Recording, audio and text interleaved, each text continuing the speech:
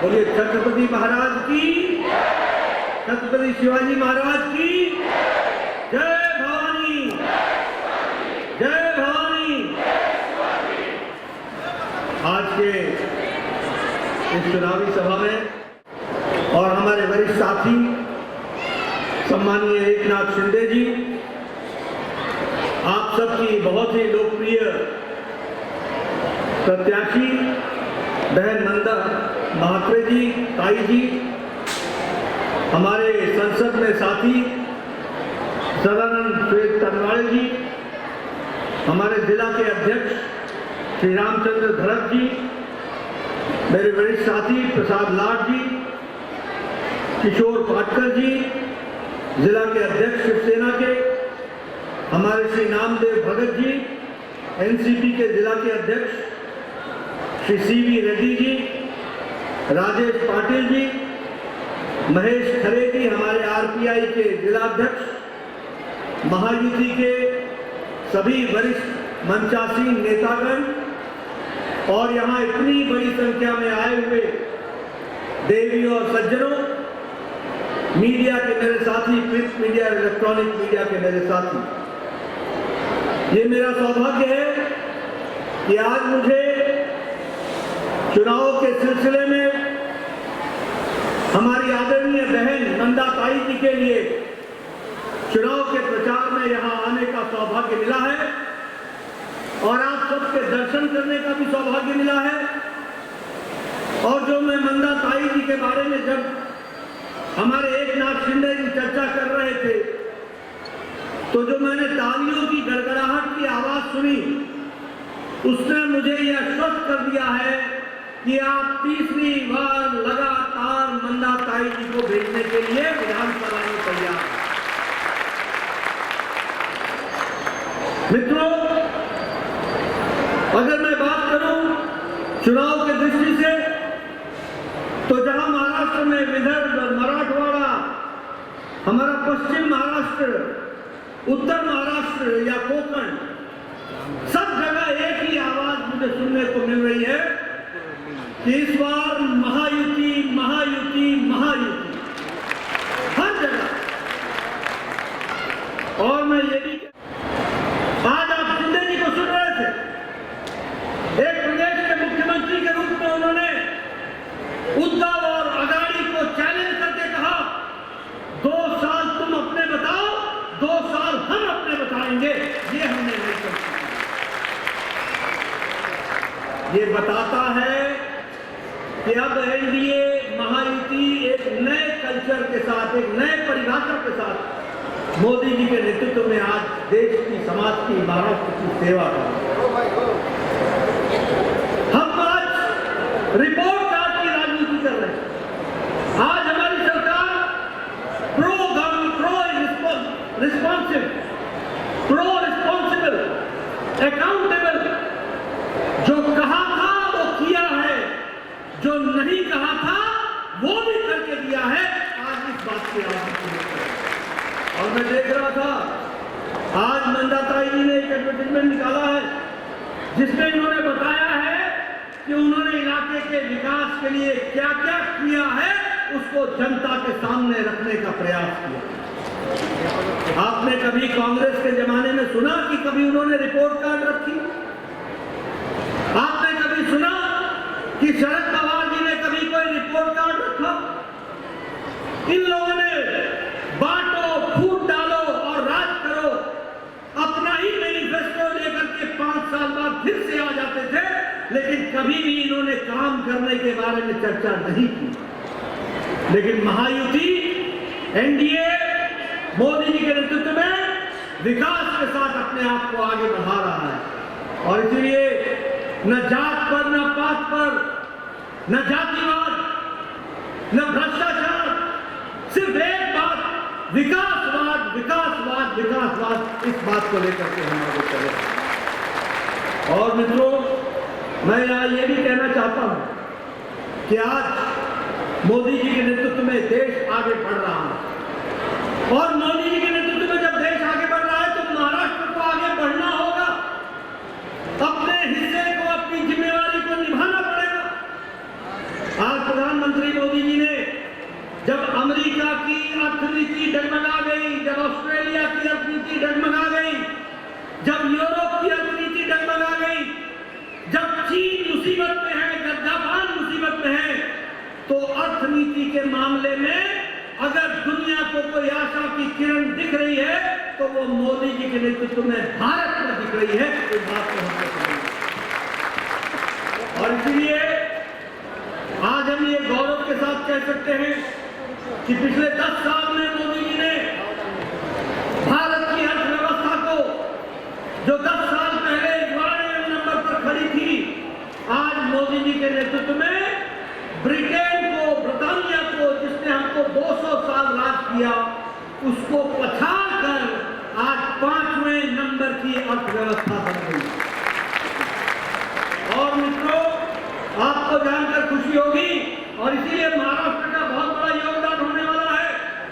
अगर हम 5 trillion economy की बात कर रहे हैं तो उसमें महाराष्ट्र की 1 ट्रिलियन की इकोनॉमी होनी होगी, इसको हमको ध्यान रखना है। और हम आपको विश्वास दिलाते हैं, आप महायुति की सरकार महाराष्ट्र में लाइए, फिर से गति पकड़िए, आगे बढ़िए।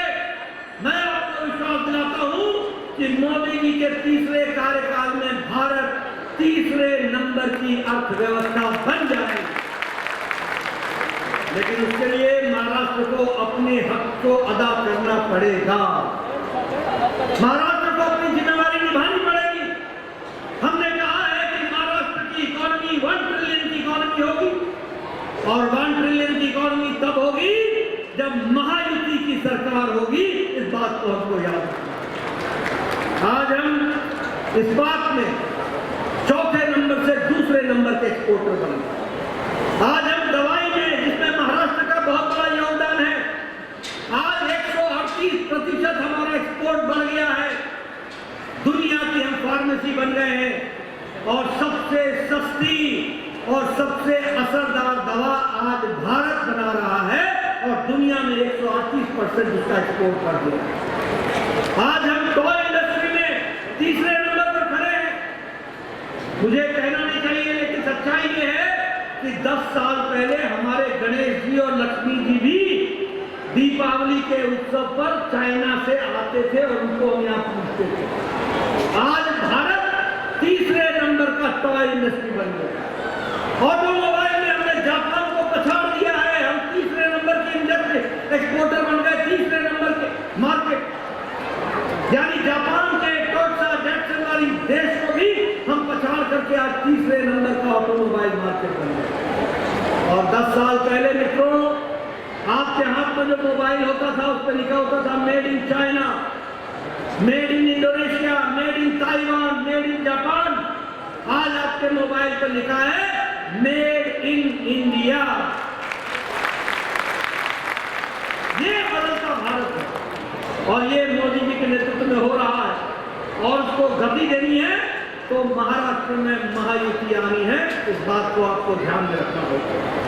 मैं यहाँ ये भी बताना चाहता हूँ कि आज मोदी जी के नेतृत्व में और एक साथ एकनाथ शिंदे जी के सहयोग से आज भारत की गरीबी में नीति आयोग बता रहा है, इंटरनेशनल मॉनिटरी फंड बता रहा है कि 25 करोड़ लोग गरीबी की रेखा से ऊपर आ गए, मध्य इनकम ग्रुप में आ गए, गरीबी की रेखा से निकल गए।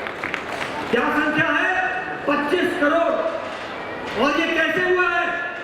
ये इसलिए हुआ है कि मोदी जी ने प्रधानमंत्री गरीब कल्याण अन्न योजना में 140 करोड़ के देश में 80 करोड़ की जनता को 5 किलो गेहूं या 5 किलो चावल, 1 किलो दाल देने का निर्णय किया।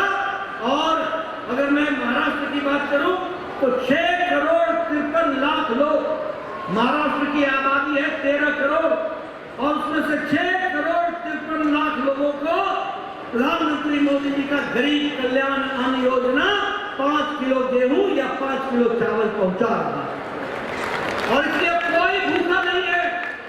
और अगर मैं बात करूं हमारे ठाणे जिले के तो 33 लाख लोगों को प्रधानमंत्री गरीब कल्याण अन्न योजना में अन्न मिल रहा है। मैं यहाँ ये भी बताना चाहूंगा कि प्रधानमंत्री आवास योजना में 4 करोड़ घर बने और मोदी जी ने तय किया है कि 3 करोड़ और घर बनेंगे।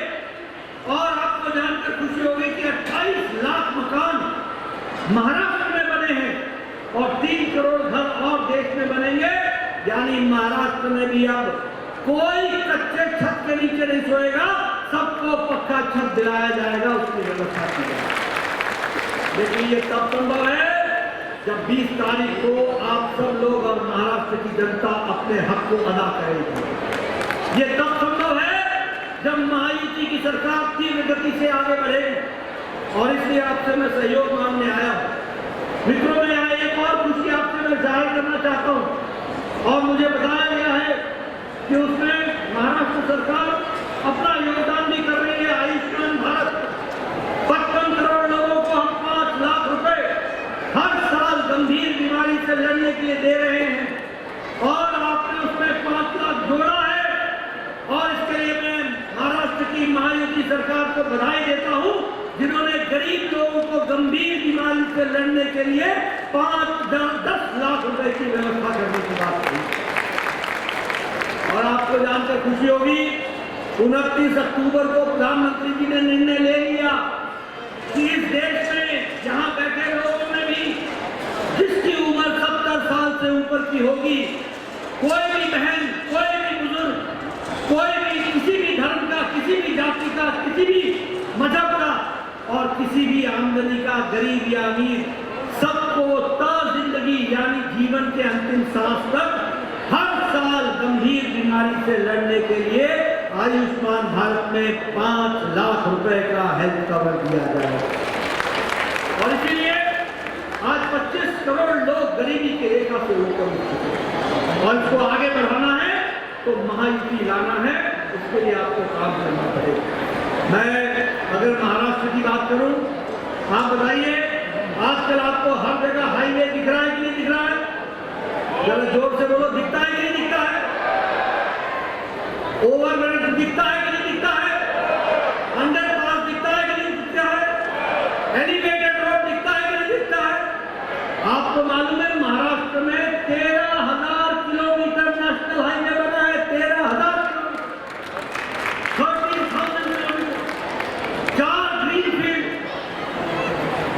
ग्रीन कॉरिडोर बन रहा है, green field corridor. Mumbai Delhi का काम लगभग पूरा हो जाएगा। उसी तरीके से सोलापुर से चेन्नई और इस तरीके से 4 national highway green field corridor 6 लेन बन रहे हैं। यानी महाराष्ट्र को हर दृष्टि से गति देने का काम अगर केंद्र सरकार कर रहा है तो जमीन पर उतारने का काम एकनाथ शिंदे जी के नेतृत्व में महायुति कर रही है। इस बात को रेलवे का बजट 13 गुना बढ़ा दिया गया, महाराष्ट्र का 13 गुना, 13 टाइम्स। वंदे भारत ट्रेन, जहां 68 ट्रेनें चल रही हैं, वहां 11 ट्रेनें वंदे भारत की सुपर स्पीड वाली वह ट्रेन आपके महाराष्ट्र से, आपके मुंबई से चल रही है। वंदे भारत की 11 ट्रेन मेट्रो के लिए उसको भी ऑपरेशनल कर दिया गया है और आगे विकास के लिए उसको जोड़ा गया है। 4 महीने पहले मोदी जी आए थे और उन्होंने महाराष्ट्र में 2 लाख करोड़ रुपए के कामों का शिलान्यास किया है, जिसको हम तीव्र गति से आगे बढ़ाएंगे। मित्रों, अगर मैं बेलापुर की बात करूं, बोलिए, आपका अटल सेतु 1800 करोड़ रुपए का बन गया कि नहीं बन गया? बन गया कि नहीं बन गया? वाशी में ब्रिज का काम शुरू हुआ कि नहीं हुआ?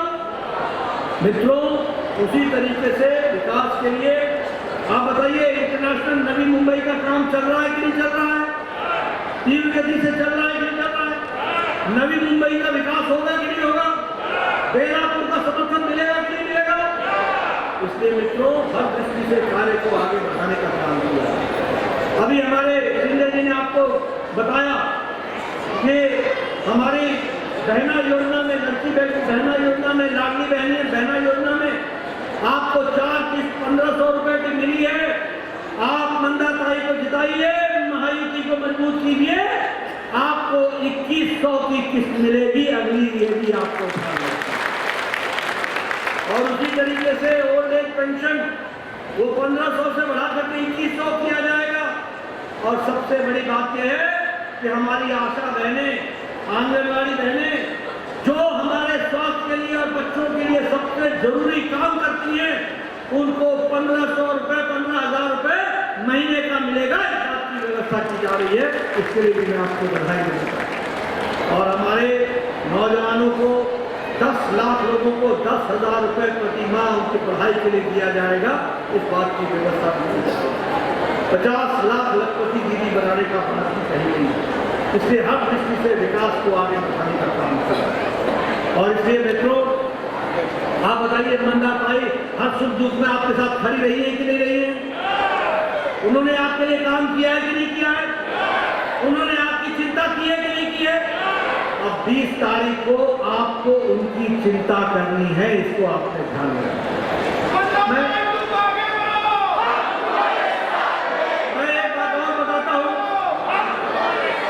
महायुति एक उगा हुआ सूरज रोशनी देने वाला है और महाअघाड़ी महाराष्ट्र को अंधेरे में ढकेल देने वाला है। महायुति विकास करने के लिए, महाराष्ट्र को आगे ले जाने के लिए कृतसंकल्प है और महाअघाड़ी आपकी को तकलीफों को बढ़ाने के लिए तय कर रहा है। और मैं कहने के लिए नहीं कह रहा हूं, आप बताइए, जब ये महाअघाड़ी की सरकार थी, मुंबई मेट्रो रुक गया कि नहीं रुक गया? जरा जोर से बोलो, मुंबई मेट्रो रुक गया कि नहीं रुक गया? ब्रेक लगी कि नहीं लगी? आप बताइए, बुलेट ट्रेन पर ब्रेक लगी कि नहीं लगी? आप बताइए, धारावी रीडेवलपमेंट पर ब्रेक लगी कि नहीं लगी? आप बताइए, नेशनल हाईवे पर ब्रेक लगी कि नहीं लगी? अटल सेतु के काम पर ब्रेक लगी थी कि नहीं लगी थी? आप कोस्टल रोड रोका था कि नहीं रोका था? अब समय आ गया है कि 20 तारीख को आपने महाअघाड़ी को ब्रेक लगा देना और महायुति को आगे बढ़ा देना। इसके लिए आपका काम है। मैं राजनीतिक दृष्टि से एक दो बातें कहकर के अपनी बात को समाप्त करूंगा। मित्रों, आज जब हम एक तरफ महाअघाड़ी खड़ी है और एक तरफ महायुति खड़ी है, तो मैं बताना चाहता कि महाअघाड़ी, जिसे हम सदन धर्मनिरपेक्षता कहते हैं, सूडो सेकुलरिज्म कहते हैं, अपीजमेंट कहते हैं, फूट करो राज करो की राजनीति कहते हैं, मजहब पर और धर्म के नाम पर बांट करके लोगों को राजनीति कहते हैं, इस काम को बढ़ाने का काम महाअघाड़ी ने किया। महाअघाड़ी इस बात को लिए जानी जाती। आज राहुल गांधी संविधान की पुस्तक लेकर के फिरते हैं, संविधान की पुस्तक अंदर पढ़ा नहीं उन्होंने, अंदर उन्होंने देखा नहीं है कि लिखा क्या है संविधान में। जिस बाबा साहब अम्बेडकर ने, संविधान के रचयिता ने, उस संविधान में लिख करके दिया है कि धर्म के नाम पर आरक्षण नहीं होगा। और वो कांग्रेस पार्टी आज कर्नाटक में प्राइवेट ठेकेदारों को टेंडर देने में भी 4% का आरक्षण माइनॉरिटीज के लिए रख रहे हैं। आज तेलंगाना में एससी का, एसटी का, ओबीसी का रिजर्वेशन को छीन करके पिछले दरवाजे से 4% हमारे माइनॉरिटी मुस्लिम भाइयों को देने के लिए साजिश रच रहे हैं। आप बताइए, चलने दे रहा है क्या? आप चाहते हैं कि महाराष्ट्र में भी ऐसा ही हो? जरा जोर से बोलो भाई, आप चाहते हैं कि महाराष्ट्र में ऐसा हो? अगर नहीं चाहते हैं तो एक ही रास्ता है, मोदी जी का मंत्र जिसे शिंदे जी ने उतारा है, हमारी युति ने उतारा है, सबका साथ, सबका विकास, सबका विश्वास, सबका प्रयास। हम बात करेंगे कि चलिए, आप बताइए, प्रधानमंत्री किसान सम्मान निधि में कोई जात पात पर फर्क पड़ता है? आप बताइए, आवास योजना में कोई फर्क पड़ा है? आप बताइए, आयुष्मान भारत में कभी हम लोगों ने कोई फर्क किया है? और ये हर बात में फर्क लाने का काम कर रहा है। इसलिए संविधान की पुस्तक तो लेके घूमते हैं, लेकिन संविधान की धज्जियां उड़ाने का काम ये महाअघाड़ी और ये कांग्रेस पार्टी और राहुल गांधी के नेतृत्व में होगा। मैं यहाँ ये भी आपको बताना चाहता हूँ, ये बहुत बड़े चैंपियन मानवता के बनते हैं और ये बहुत बड़े देशभक्त बनते हैं। मैं आपको बताना चाहता हूँ, आप बताइए, याद दिला रहा हूँ सिर्फ आपको, आप बताइए, जेएनयू में नारा लगा था कि नहीं लगा था? अफजल हम शर्मिंदा हैं, तेरे कातिल जिंदा हैं। लगा था नहीं लगा था? ये नारा लगा था कि नहीं कि भारत होंगे टुकड़े टुकड़े इंशाअल्लाह इंशाअल्लाह, लगा था नहीं लगा था? और आप बताइए, दूसरे दिन राहुल गांधी जेएनयू में इनके साथ खड़ा हो गया था कि नहीं हो गया था? खड़ा हुआ था कि नहीं हुआ था? आप बताइए, इन्होंने उस नेता को कांग्रेस पार्टी में शामिल करके कैंडिडेट बनाया कि नहीं बनाया? ये मोहब्बत की दुकान में नफरत का सामान बेचने वाले सौदागर हैं। मोहब्बत की दुकान के नाम पर नफरत का सौदागर बने, नफरत का सामान बेच रहे हैं, फूट डालो राजनीति करने की बात कर रहे हैं। आज अभी प्रेस कॉन्फ्रेंस कर रहे थे और मोदी जी ने कहा एक है तो सेफ है। अरे मोदी जी का एक है सेफ है का मतलब है एकता है तो हम सब सुरक्षित हैं, सबको साथ लेकर के चल रहे हैं। लेकिन तुम जब बोलते हो एक है तो सेफ है, तो तुम्हारे प्रेस कॉन्फ्रेंस में अगाड़ी के साथी भी नहीं होते, तुम एक ही होते हो और एक होते हो तो ही सेफ होते हो। इस बात को समझ लेना चाहिए, ये तुम्हारी स्थिति है। और अगर मैं बात करूं विकास की दृष्टि से, उद्धव जी की बात करूं, मैं कहना चाहता हूं कि उद्धव जी कभी आप याद करो, मन दिल पर हाथ रख करके याद करो, क्या बाला साहब ठाकरे हमारे वरिष्ठ नेता हिंदुत्व के लिए आगे बढ़ने वाले लोगों ने, उन्होंने ये कहा था कि नहीं कहा था कि मैं कांग्रेस के साथ समझौता नहीं करूंगा, मैं अपनी पार्टी बंद कर दूंगा लेकिन समझौता नहीं करूंगा? कहा था कि नहीं कहा था? और आप उद्धव जी कांग्रेस के गोद में जाके बैठ गए, सत्ता के लिए आपका ये हाल चाल हो गया। अरे सही बात तो ये है कि असली शिवसेना तो यहां बैठी है, ये शिवसेना को लेकर के आगे बढ़ रहा है। अगर विचारों को आगे बढ़ाने का काम किया है तो वो एकनाथ शिंदे जी ने शिवसेना को विचार करा। और इसलिए मुझे तो दया भी आती है उद्धव जी पर। आजकल वो बड़े गुस्से में रहते हैं, बड़े झुंझलाए में रहते हैं। आपने सिर्फ सत्ता के, सिर्फ कुर्सी के लिए, विचारों को अपने पूज्य पिताजी के लिए जिन्होंने सारा जीवन हिंदुत्व के लिए लगा दिया, उनकी सारी बात को आपने ताक पर रख करके आज जिस तरीके का समझौता किया है, वह समाज आपको और महाराष्ट्र कभी माफ नहीं करेगा, कभी माफ नहीं करेगा। और इसीलिए मैं ये आपसे निवेदन करने आया हूं कि आप सब लोग पूरी ताकत के साथ जहां पर मंदाताई को तो जिताएं ही जिताएं, लेकिन जहां भी हमारे महायुति के कैंडिडेट हैं, शिवसेना के कैंडिडेट हैं, हमारे अजीत पवार एनसीपी के कैंडिडेट हैं, सबको आप चुनाव जिताइए, पूरी ताकत से महायुति को लाइए और तीव्र गति से महाराष्ट्र के विकास में अपना योगदान कीजिए। इन्हीं शब्दों के साथ बहुत बहुत धन्यवाद। जय भारत।